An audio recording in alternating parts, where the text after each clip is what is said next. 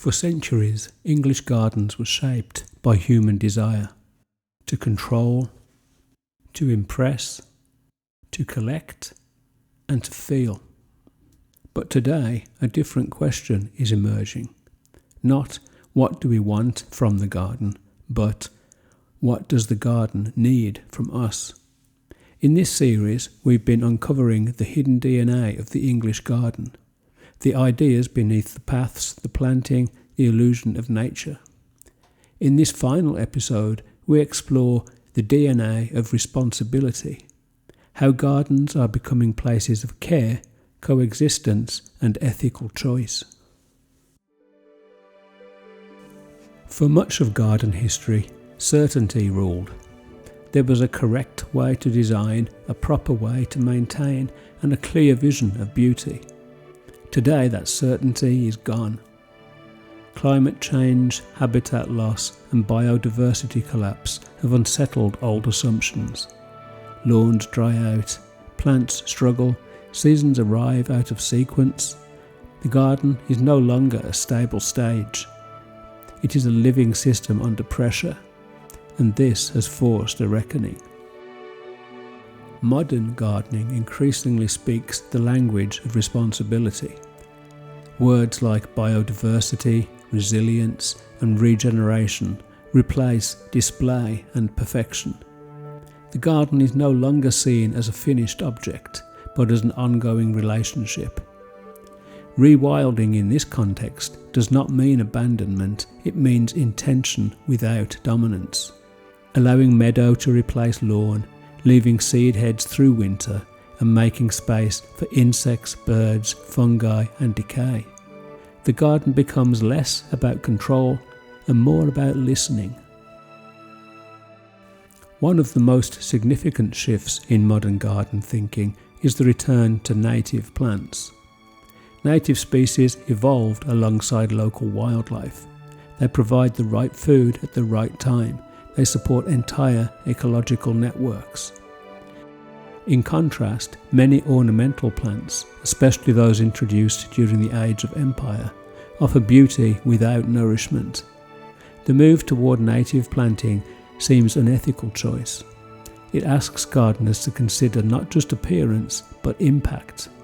Beauty is no longer enough on its own. This new philosophy is not anti-design. It's redefining design. Figures like Nigel Dunnett, Dan Pearson, Sarah Price, and Pete Udolph are shaping landscapes that are visually rich and ecologically functional.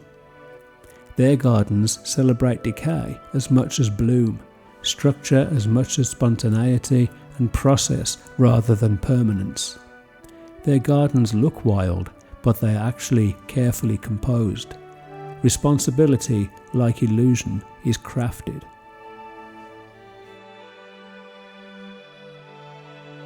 Responsibility is not always comfortable. A wilder garden can feel messy and unfinished and uncertain. Letting go of control means accepting loss. Plants will fail, pests will arrive, and perfection will disappear. But something else emerges: attention, patience, and humility. The gardener becomes a participant, not a ruler. At its core, the responsible garden is ethical. Every decision carries weight: what we plant, what we remove, and what we allow to live. The garden becomes a small, everyday act of care, a way of responding to global crises at a human scale. It asks us to consider our place in a larger system, not above it, not outside it, but within it.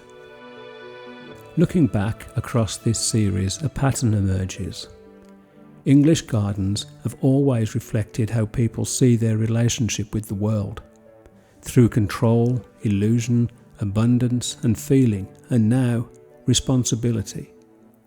This is not the end of garden history, but it may be the most consequential chapter yet, because for the first time, the garden is not just about us. The English garden has never stood still. It has adapted quietly, absorbing new ideas, new values and new fears. In this episode we explored the DNA of responsibility, a shift from ownership to care, from control to coexistence.